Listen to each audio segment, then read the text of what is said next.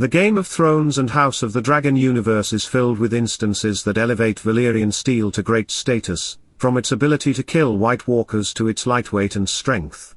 But they do not make Valyrian steel any longer. It was believed that it was magic and dragons that forged the steel.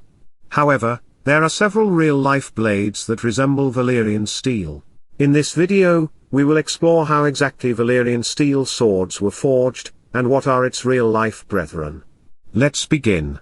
How are Valyrian steel swords forged? The secret of forging Valyrian steel is as confusing as Cersei's motives and as rare as a Stark family reunion. Once upon a time, these secrets were abundant in the freehold of Valyria. But with the doom of Valyria, which was a Pompeii-like event, the knowledge went up in volcanic ash and dragon flames.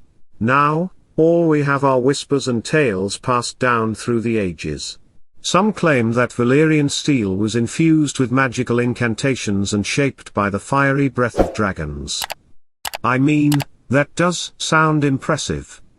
But without a Targaryen to confirm or deny it, we can only treat it as speculative fodder for the Citadel's next edition of Unverified Histories.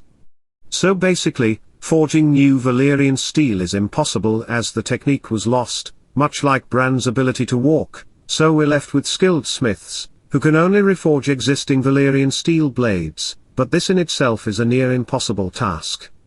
The master blacksmiths in Qohor are among the select few who can work their magic, or so they claim. Sure, you can melt down a larger Valyrian steel sword and fashion two smaller ones from its fiery remnants.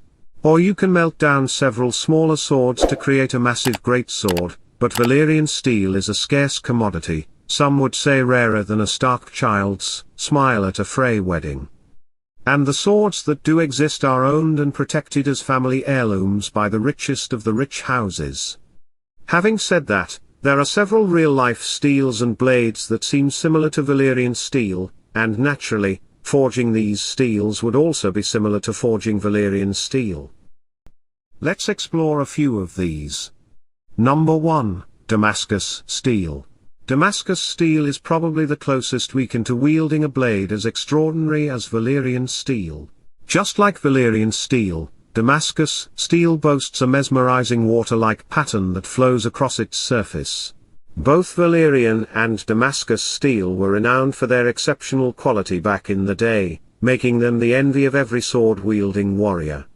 However, the true art of forging Damascus Steel, just like Valyrian steel, has been lost to the sands of time. So basically, you won't find a true Damascus steel weapon being crafted today. But if you're thinking about getting your hands on a modern interpretation of Damascus steel, be prepared to break the iron bank because these babies don't come cheap. A sword forged from Damascus steel can easily cost you thrice or more the price of a handmade blade crafted from traditional or high-carbon steel. Number 2. The Japanese Mokumegane. The Japanese Mokumegane metalworking technique is a craft that gives us another glimpse into the magic of Valyrian steel. Mokumegane not only shares the mesmerizing patterns found in Damascus steel and Valyrian steel but also takes it up a notch. This technique, unlike its counterparts, didn't lose its way through the corridors of time. It is still made today, and is considered to be one of the finest steel there is. A sword crafted with Mokumegane boasts swirling patterns that are wavy and water-like. This Japanese art form combines various layers of different metals, expertly fused together to create a visually stunning masterpiece.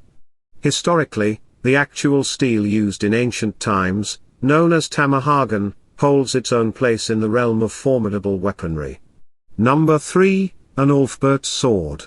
There's yet another blade that resembles Valyrian steel, and it is an Alfred Sword. The Alfred swords, much like their Valyrian steel brethren, don't conform to the traditional medieval European designs. These swords, with their unique and distinctive features, have an origin that spans far beyond the narrow borders of Europe. While Valyrian steel draws inspiration from the mysterious lands of Essos, the Alfred swords have their roots back in Asia. Damascus steel made its way to Europe through the ancient Silk Road.